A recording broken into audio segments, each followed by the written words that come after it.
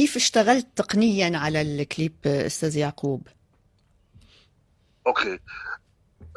طبعا انا ما راح اشرح البارت العلمي، لان البارت العلمي هذا راح يطول الموضوع فيه. نعم. بس خلينا بس نحط اساس للارتفيشال انتليجنس.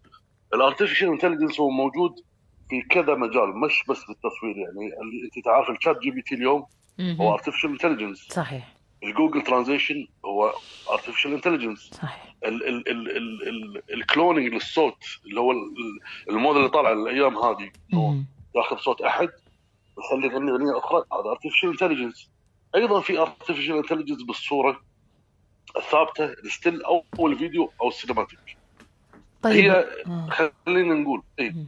هي طريقه فيها 3 أعمدة بالتنفيذ. هي طريقه لتصوير معينه، نعم. والتعامل مع ماشين، مع برنامج، مع ماشين مهم. ياخذ معطيات معينه من خلينا نقول معلومات، انت تعطيها معلومات وصور، مثل خلينا نقول مثل المخ تغذينا بمعلومات وتستنتجين منها معلومه واحده في دايركشن واحد.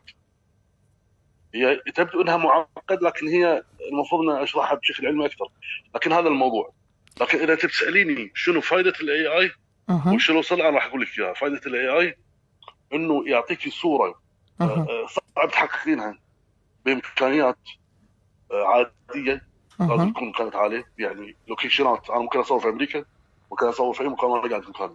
أيوة بس رقم واحد. يعقوب يوكي الذي يظهر في هذا الفيديو كليب، هل هو يعني هو المغني من يوكي؟ وحي من وحي الذكاء؟ هو عنده شبه على فكرة، هو يشبه الشخص، ولكن هل هو من وحي المخرج، بمعنى أن هذا الشخص هو عبارة عن ذكاء اصطناعي، وهذه الفتاة التي تغني إلى جانب يوكي هي أيضا ذكاء اصطناعي، أم أنهم أشخاص حقيقيين؟ لا لا، هم اشخاص حقيقيين، وتم استخدام الملامح الذكاء حقيقية، الاصطناعي ملامح والجسد. لتطوير الملامح حقيقيه 100% طبعا اكيد.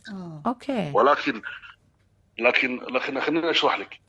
هي هذه الترك اللي هني، احنا نصور حقيقي ونعالج بالاي اي لتطوير الصوره. هذه هي النقطه. أوكي، تطوير لتصبح الصورة ذكاء عشان انا اصطناعي. اروح مخبر بالضبط. يعني بدل ما انا اعمل مثلا يجيني واحد يقول لي مثلا انا بعمل ميك اب، بعمل شعري، منخاري مش عاجبني، انا بالاي اي اعالج كل المواضيع هذه. تغير كل شيء. صح. فهمتي؟